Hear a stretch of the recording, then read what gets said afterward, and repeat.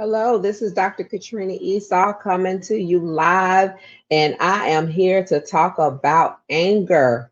I was mad as hell, H-E double hockey stick. I am the founder and creator of Whole Wives Healing Openly, Leaving Him Exalted. I went through infidelity 17 years ago in my marriage, so I know all too well the pain and discomfort that comes with it. I'm very familiar with the process, though, of overcoming it all. And I am living proof that you can do it. You can get to this place called joy, this place called peace and happiness. You can do it if you do the work. Is it easy? No. But can it be done? Absolutely, unequivocally, yes. So I'm just going to talk to you for a few minutes about being angry because it's one of the pieces of feedback that I get all the time when I come in contact with ladies that are in the process, whether they've been in it a week, 2 months, 6 months, a year, 20 years. They are still dealing with anger. And it's like, Dr. K, I get so angry. I get so mad. I hate him. I can't stand him. And number one, it goes back to you haven't truly forgiven. But it's okay to be angry. So we're going to talk about it because one of the things that I often ask my clients is we gotta get to the root of things. So if we don't get to the root, all we're going to do is treat symptoms. And so one of the things that I ask them is, why are you angry? And that sounds so cynical. Like, are you serious right now? He cheated on me and you're asking me, why am I angry? Is that even a question? Really? Are you the person for me? Absolutely. Because I'm going to help you get to the root of it. We have dealt with symptoms for so long. And that's why we go years miserable, packing down the way we feel, packing down the real issues. We don't talk about stuff, we avoid it, and then we blow up on people. You got to get to the root of it, honey. Cut that thing off from the root so you can truly walk in healing and take off these masks. And that's what I'm here to help you do. So let's talk about it. Why are you angry?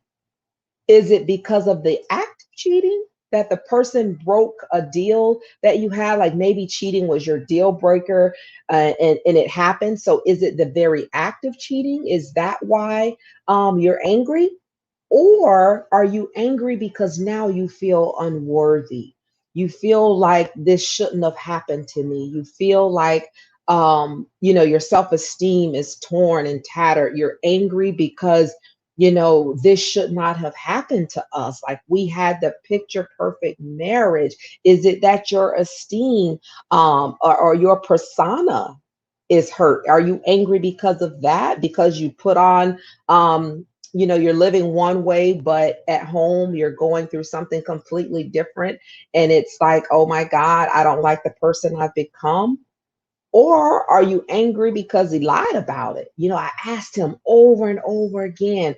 I gave him several opportunities to come clean, to tell me the truth. Just tell me the truth. And sometimes women, you don't really want to know the truth. We have to be so careful of what we ask for. Not that we want people going around lying on us. Now, don't get me wrong. Yes, we want the truth, but when you're asking for it, you have to ask yourself, am I ready for this? Am I ready for what's going to come? Because it might not be what I expected. It might not be what I wanted. Like, am I ready for the hard truth? How am I going to respond? What am I going to do? You know, and so I often tell women that you have to think about those things. And it's part of why I tell women don't make idle threats. Don't, put out these conditions. Well, if you do this, I'm going to do that, and we go digging and through our spouses phones and social media and all this kind of stuff, and you're looking, and my mom always told me, if you look hard enough, you're gonna find something. It might not be what you want, but you're gonna find it. And so my question is always this: when you find it, what are you going to do? And often I hear this: yep, crickets. I don't know what I'm going to do. I don't know what I would do. I don't know what I would do. And so you have to start thinking about this stuff, and not that you hide or stick your head in the sand because you don't know what you're going to do. So you just don't look or you don't address issues. That's not what I'm encouraging. I'm encouraging you to seriously think about, if I find out that you are cheating on me, what am I prepared to do? Am I prepared to put you out? Am I prepared to say we got to go get counseling? Am I prepared to take you back in? Can I live with looking in your face? As I walk through my process of truly forgiving you, you have to ask yourself these hard questions. You got to have a plan for what comes on the other side of the truth. And so, and when we don't do that, we walk around years angry and bitter, mad at the world, and we blame everybody else for what's going on in our home, for what our spouses did, for what we didn't do. We're just angry because it shouldn't have happened to me. I should have saw it. I knew it. And so we get mad at ourselves. But you have to ask yourself, why? Why am I angry? And then the thing about anger, some people shun against it, but God knew we was going to be angry.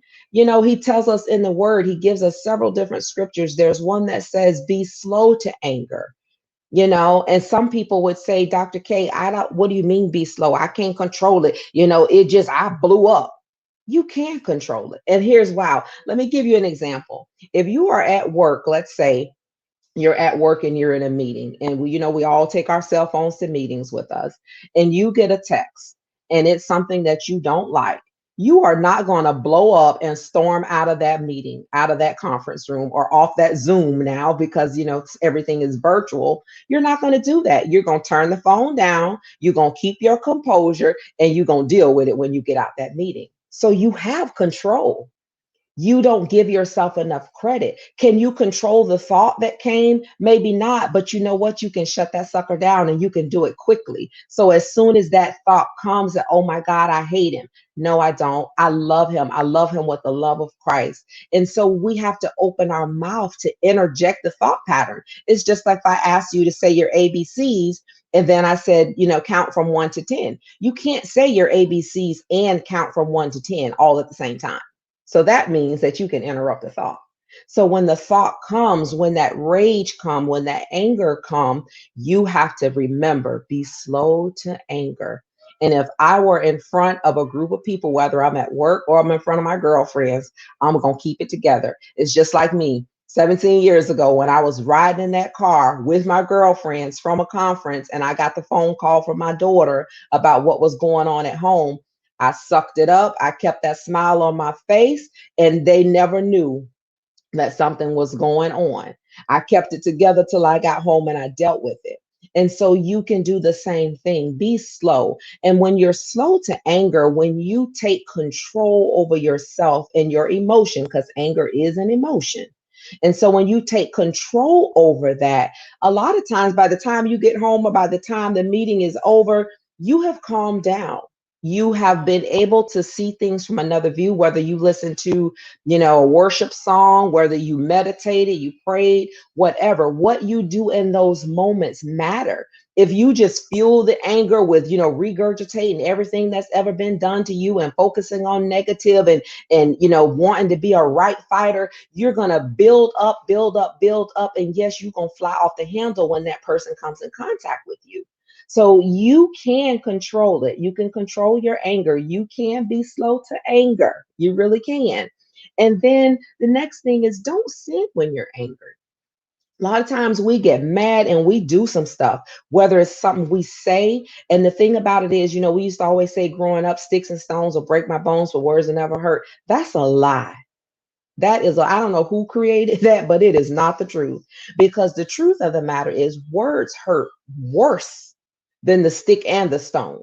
Because I would almost rather you hit me than to say negative or bad things about me. Because the thing about it with your words and our words having power is you repeat it over and over again. You play that song. And so the more you repeat it, the more you focus on it, the more you give it energy, the more you give it strength, that thing fortifies and it becomes a strong force now that you are having to reckon with, because we're not going to sit there and just keep hitting ourselves with a stick. No, we're going to do that one time and we done. That hurt it.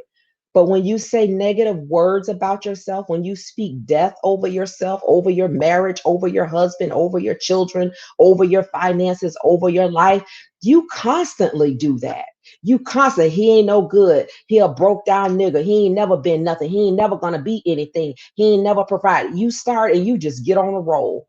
You just get on a roll. You gotta shut that thing down and turn it around. He is a mighty man of valor. He's a strong man. He loves me as Christ loved the church. He treats me the way he's supposed to treat me. I am his queen. He upholds me. He validates me. He loves on me. You start speaking life and speaking truth and build that up. And that's where you're not fueling that anger. And the last thing I just want to share with you on anger is goes back to what I've been saying, is confronting the root of it. When you confront the root of anger, then you can overcome, you can put down, you can eradicate the emotion that comes with it. You can move past the emotion. It's the emotions that get us in trouble. Those emotions will mess you up. I'll never forget when I was in the early stages of my separation with my husband, my emotions, I'll be up today, down tomorrow, up in the morning, down the next hour. Those things had me all over the place.